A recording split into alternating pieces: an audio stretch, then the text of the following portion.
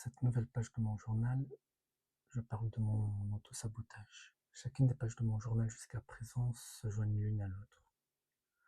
Le coming out que je ne ferai jamais dû à une expérience de vie remplie d'harcèlement et de jugement, me faisant comprendre que certaines personnes qui vivent dans ce monde ne sont pas encore ouvertes d'esprit pour accueillir une annonce comme celle-là. L'harcèlement et la violence qui m'ont conduit à une mise au silence forcé, à une timidité qui me fait redouter le moindre contact social. Mais est-ce que je peux tout mettre sur le compte de la timidité, telles que les décisions dans ma vie personnelle qui n'ont pas d'autres appellations que de l'auto-sabotage? Avoir un avenir qui aurait pu être tout tracé, mais la peur de ne pas être à ma place, la peur des gens, la peur de ne pas être au niveau des autres. Toutes ces petites voix dans ma tête qui m'ont conduit à abandonner plusieurs opportunités ou un futur dans lequel j'aurais pu m'épanouir. Les opportunités se présentent sous différentes formes. Elles peuvent être des opportunités sociales, d'intégrer un groupe d'amis, des opportunités professionnelles, d'avoir un parcours qui pourrait nous mener vers un métier rêvé, des opportunités financières pour créer des projets sur le long terme, des opportunités amoureuses pour enfin se découvrir avec une autre moitié. Petit, j'étais ambitieux. À la question récurrente que les professeurs vous demandent souvent lorsque vous êtes petit, qu'est-ce que vous voulez faire quand vous êtes plus grand? Je répondais toujours archéologue. Ce principe de voyage et s'évader, découvrir les secrets que ce monde cache. Cette phrase semble d'ailleurs assez autobiographique quand j'y pense. Ce principe de voyage est similaire à déménager dans une autre ville. S'évader, similaire à s'enfuir de mes problèmes familiaux. Et les secrets cachés, similaires à ma sexualité, cachés, la vie solitaire, loin du contact des gens. Pendant longtemps, je voulais faire ce métier et je me demande encore ce qui se serait passé si je ne m'étais pas auto-saboté pour avoir ce métier qui me faisait tant rêver petit. Quand j'étais en seconde, j'avais eu beaucoup de mal entre la transition collège-lycée. J'étais passé d'un bon élève à un élève à peine capable d'avoir la moyenne. Mes chances d'aller en première littéraire étaient très très faibles. Et les remontrances de ma professeure d'anglais m'ont permis un changement lors de la deuxième partie de mon année de seconde. Elle a cru en moi, elle a vu que j'essaie vraiment et elle s'est battue lors du dernier conseil de classe pour que je passe en première littéraire contre l'opposition de ma professeure principale qui était contre. Une première littéraire signifie que je pouvais éventuellement suivre le parcours vers le métier de l'archéologie dans le futur et cette professeure m'en avait donné l'opportunité. Jusque-là, je n'avais jamais vraiment eu d'échecs qui ont impacté ma vie. La première semaine où j'étais en première littéraire, je me suis senti comme un mouton entouré de loups. Lors des cours, tout le monde participait, partageait leurs connaissances, les livres qu'ils lisaient. On voyait qu'une première littéraire était parfaite pour eux. À côté, j'étais silencieux, je ne lisais simplement pas et j'avais encore ce passage inextrémiste en première littéraire en travers de la gorge, comme un semi-échec, comme si je ne méritais pas ma place, comme si je l'avais volé à quelqu'un de plus méritant. À partir de là, il était impossible pour moi de m'enlever ces mauvaises pensées. La seule solution, c'était de faire une réclamation pour changer à la dernière minute de parcours. Au moins, je n'aurais pas ce sentiment d'imposteur. Est-ce que j'avais pensé au fait que ça voulait dire un abandon de mon rêve d'enfant de devenir archéologue? Non. Je n'y avais même pas pensé, tellement ce sentiment de ne pas être là où je devrais être était trop grande. Et du jour au lendemain, je me suis retrouvé d'une première littéraire à une première STG, sciences et technologies de la gestion. À mon époque, c'était un peu considéré comme l'option en dessous d'une première littéraire, c'est-à-dire une option qu'un peu tout le monde peut avoir et accéder. Il ne fallait pas un certain niveau attendu comme en littéraire. Cette décision me poursuit encore aujourd'hui à 34 ans, car même aujourd'hui encore, je ne sais pas ce que je veux faire dans la vie. Certains savent tout de suite ce qu'ils veulent faire quand ils ont soit une activité en dehors de l'école qui les passionne, ou soit ils découvrent cette passion à l'école et la cultivent. Certains explorent plusieurs jobs avant de trouver leur voie. Moi, je suis dans un état défaitiste où je me dis, prends juste le travail qui t'acceptera. J'avais le sentiment de ne pas avoir le choix de toute manière.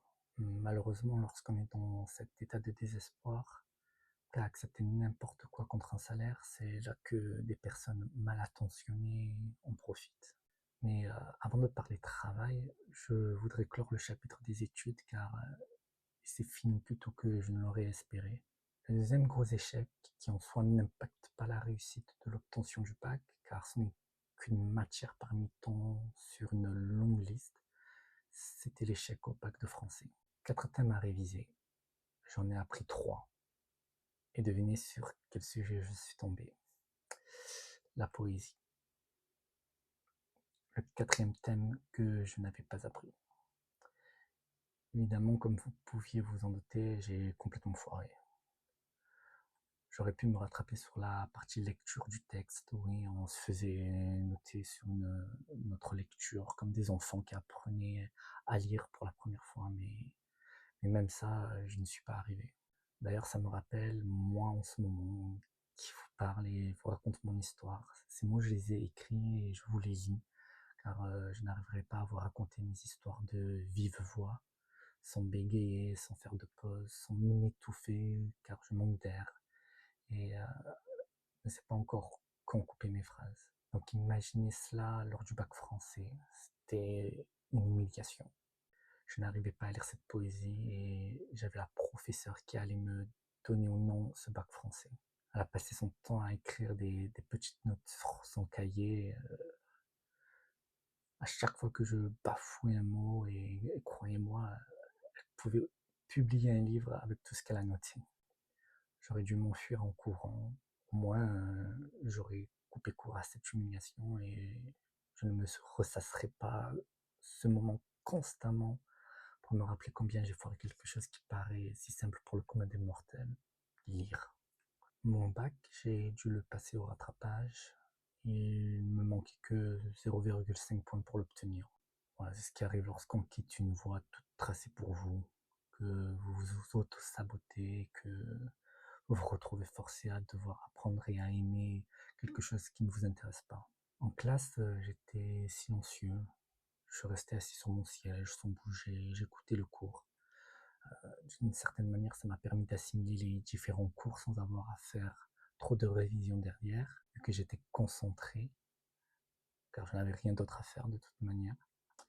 Et ce qui m'a donné un niveau un peu moyen tout au long de ma scolarité, comme pour le bac où j'étais à la limite de la moyenne. Cela a bien représenté mon parcours scolaire au final. Est venue l'université, mon troisième échec en 2 ans. J'avais choisi une faculté de droit car tout le monde y allait, un peu comme la première STG. La faculté de droit semblait l'option par défaut pour des gens comme moi qui ne savaient pas vraiment quoi faire après. Donc on prend ce que les autres ont pris. Ça n'a duré que 3 mois avant que je n'abandonne. Je ne savais pas ce que je voulais faire de ma vie, mais je savais que je ne voulais pas faire du droit. J'aurais aimé avoir une machine à remonter le temps pour rectifier mes choix, mais je ne pouvais plus reculer. Je m'étais laissé influencer par cette petite voix dans ma tête qui me disait que je n'avais rien à faire là, et je me disais justement que je n'avais rien à faire là. Sans école, un étudiant ayant abandonné ses études universitaires, sans expérience. Comment j'allais trouver un travail dans lequel je m'épanouisse? C'est triste à dire, mais je me pose encore la question 17 ans après. Et c'est là que j'ai fait une longue dépression. J'avais abandonné le permis, j'accumulais les rendez-vous chez Pôle emploi. Même eux semblaient ne pas savoir quoi faire de moi. On me trimballait dans tous les pôles emploi de chaque arrondissement de ma ville, comme si on ne voulait pas gérer ma situation. Désespéré avec moi, ma mère en a parlé à mon oncle, qui était psychologue, et avait arrangé un rendez-vous téléphonique avec lui, pensant que j'étais suicidaire. Un jour, elle m'a dit: «Tiens, lis ça». C'était un morceau de papier découpé d'un magazine. C'était une annonce avec ligne téléphonique pour les personnes suicidaires. Je me sentais encore plus humilié pour je ne sais quelle raison. J'ai fini par parler à mon oncle qui m'a dit que si je souhaitais, il y avait une option pour moi, être reconnu handicapé social. J'avais fait mes recherches. Les premiers mots de Wikipédia disaient: un handicap social est une forme de handicap caractérisé par des difficultés de communication et de compréhension, des codes sociaux qui entravent les capacités d'insertion dans la société. Parmi les personnes touchées par le handicap social se trouvent notamment les personnes avec autisme, souvent victimes de discrimination. Au fond de moi, je me disais, j'arrive enfin à mettre des mots sur ma situation. Je me reconnaissais dans l'autisme. J'avais des difficultés dans les interactions sociales et la communication. J'avais des comportements qui me restreignaient dans la vie de tous les jours.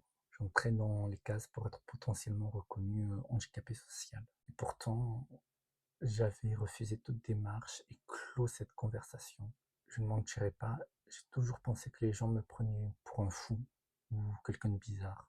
Ces mots m'ont déjà été dits en face au fil des années d'ailleurs, à l'école notamment, que j'ai fini par y croire. Être reconnu handicapé social n'allait renforcer que cette image aux yeux des gens.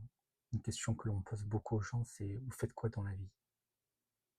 Rien que l'idée de devoir expliquer que j'étais handicapé social, ça me hantait. S'il y avait un truc positif à avoir quitté l'université, ça a été que je pouvais enfin me retrouver seul, sans parler à personne. Au moins, personne ne pouvait me blesser et je ne pouvais pas m'humilier devant eux ou leur donner une chance de me juger. Être reconnu handicapé, c'était leur donner un bâton pour me battre. J'avais pensé à parler à un psychologue, mais petit, on m'avait déjà envoyé chez plusieurs psychologues car ma mère ne comprenait pas pourquoi je ne parlais pas, pourquoi j'étais silencieux, comme si j'avais un problème. Rien n'a vraiment fonctionné. Je me souviens juste lors de mes séances chez le psychologue scolaire qu'on me faisait faire des puzzles, qu'on me parlait à peine. Et difficile de m'améliorer si on essaye même pas de me faire parler pour que je vide mon sac. Peut-être que c'était pour voir si j'avais des capacités intellectuelles ou non de faire une chose aussi simple. On m'avait aussi demandé de dessiner. Un des dessins que j'avais fait à l'époque, c'était un bateau en destination de l'Amérique avec un petit bonhomme qui allait embarquer. Comme si j'essayais indirectement de dire au psychologue que j'avais envie de m'enfuir de cette vie, de m'enfuir seul, de ma famille et changer de vie. Rien de bon n'est vraiment sorti de ces séances. J'avais l'impression que l'on m'avait accueilli seulement parce qu'ils étaient obligés. Un peu comme mon père aujourd'hui, on ne se parle pas, on fait chacun notre vie. Et les seuls mots qu'on s'adresse, c'est bonjour, au revoir. Je ne sais pas ce qui s'est passé exactement, mais quelques années plus tard, c'était le début d'une nouvelle année, l'année 2017. Après des petits boulots pour survivre les années précédentes, j'ai eu un regain de motivation pour m'en sortir. J'ai entamé un régime, j'avais perdu une trentaine de kilos, j'avais repris l'auto-école, j'avais fait des démarches pour rejoindre une formation d'agent de nettoyage. Et entre l'acceptation de mon dossier, j'avais passé un diplôme de compétences en langue anglaise. J'avais obtenu le niveau B2, un bon score pour quelqu'un qui avait appris l'anglais par lui-même chez lui. J'avais réussi ma formation d'agent de nettoyage et plus tard obtenu mon permis. J'avais passé le permis une fois auparavant dans une ancienne auto-école où j'avais appris le strict minimum. On m'avait envoyé passer le permis quand clairement je n'étais pas prêt. Encore plus d'argent à donner à une auto-école qui réellement n'aidait pas ses élèves. Les moniteurs étaient des personnes qui vous hurlaient dessus ou qui vous dénigraient comme si vous aviez commis des crimes et vous perdiez toute confiance en vous à la fin de chaque cours. J'étais sensible aux critiques, aux hurlements à cause de ma situation familiale, donc je savais que je n'allais pas réussir sous la pression. Heureusement, dans ma nouvelle auto-école, ils me laissaient décider avec qui on voulait conduire. Après avoir conduit avec 6 personnes différentes pour me montrer les possibilités, j'en avais retenu 2 qui m'ont mis à l'aise. J'avais aussi payé une formation en ligne pour me donner toutes mes chances et ça finira par payer. Je m'étais donné les moyens et j'avais un diplôme en langue, une formation financée acceptée et mon permis obtenu. J'ai ensuite enchaîné plusieurs jobs dans le domaine du nettoyage, en hôtel, en salle de sport et enfin en bâtiment. La pire expérience a certainement été en hôtel. J'avais été assigné à une employée pour me former et même pas 10 minutes après avoir commencé avec elle, elle me sort. Je peux te poser une question? Et innocemment, je lui ai dit oui, sans savoir dans quoi je m'embarquais. Et là, elle me dit, est-ce que tu es gay?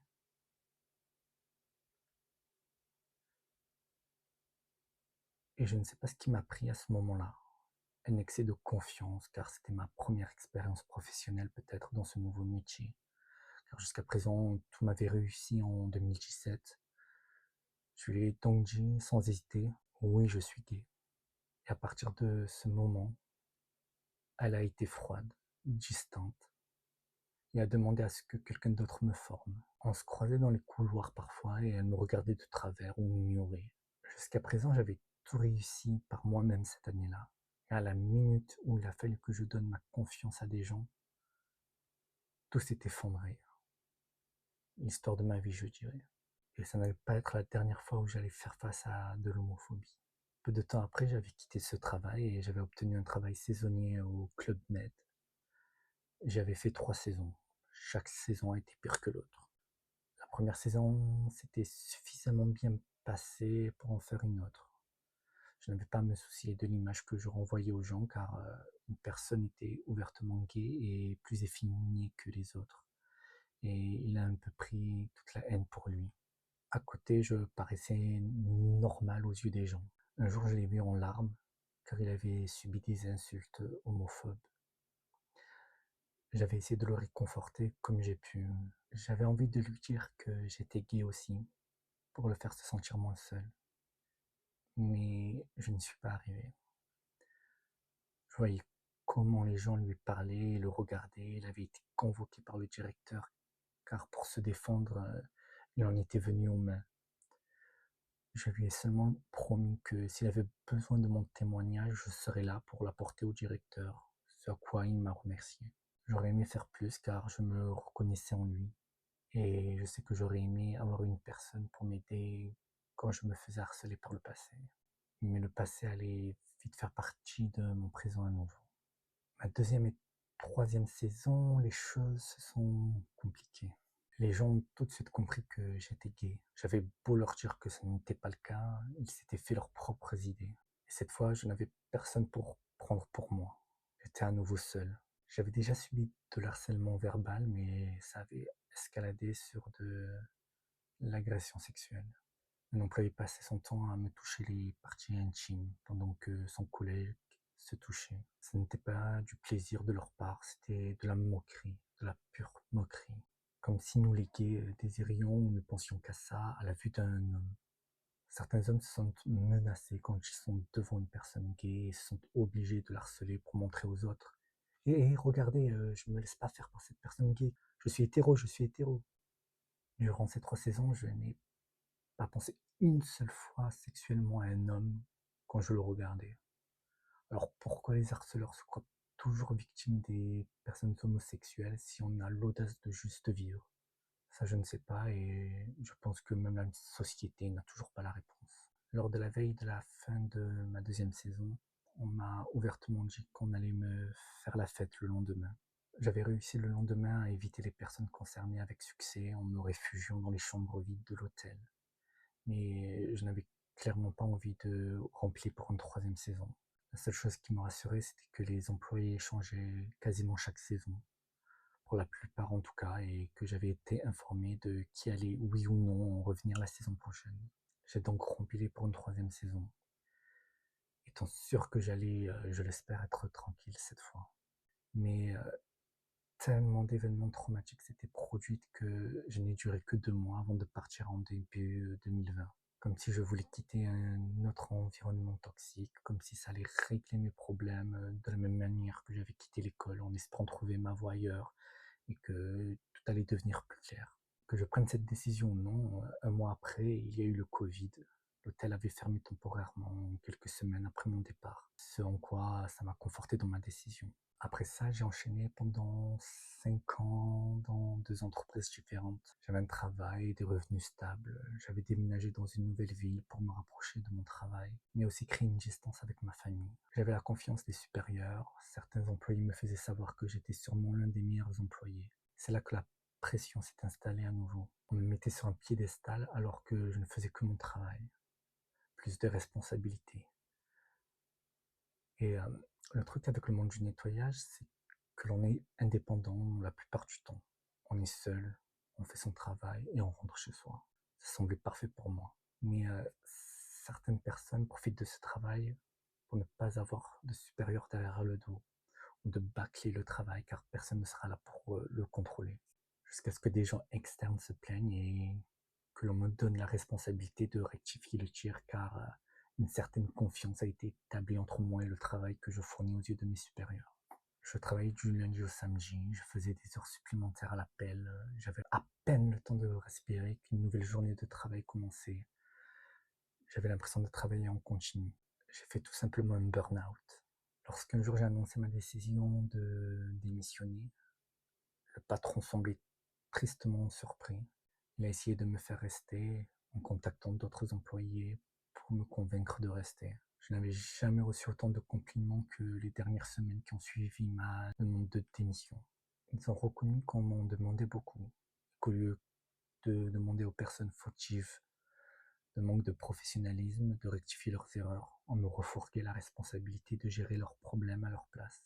Ils m'ont proposé de faire plus attention à l'avenir, à la santé mentale et physique de leurs employés et d'alléger mon planning qui était devenu un dictionnaire vivant tant il était rempli de tâches à faire, comme si je faisais le travail de 5 employés seuls. Ça aurait pu être un moment pour me redonner de la force et enfin évoluer professionnellement, en me donner enfin le contrôle sur quelque chose.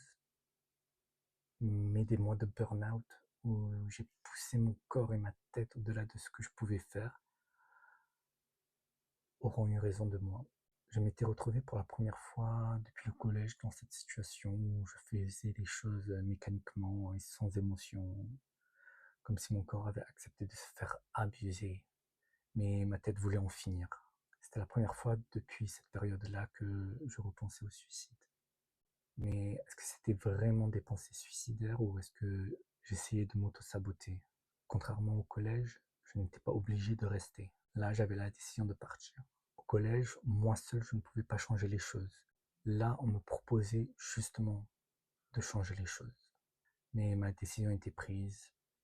Plus on me demandait de rester, plus j'avais envie de partir, comme si je cherchais à dire que c'est moi qui vais enfin décider de ce qui me rend heureux et ce n'est pas le cas avec ce travail. Ça fait maintenant plusieurs mois maintenant que je suis parti. Je vis de petits boulots, de mes économies, que j'ai déjà pas mal dilapidé. Et moi qui ai pris tant d'années à économiser, à ne pas dépenser et à ne pas me faire plaisir pour un jour investir dans un projet plus grand, je voyais tout ça disparaître. Pourquoi je prenais autant de décisions qui semblaient justes sur le moment, mais que je finissais au final par tant regretter? Alors ça ne répond pas à la question posée en tout début de vidéo, et c'est tout simplement parce que je n'ai pas la réponse. Mais mon histoire me donne plus ou moins des raisons de pourquoi je m'auto-sabote.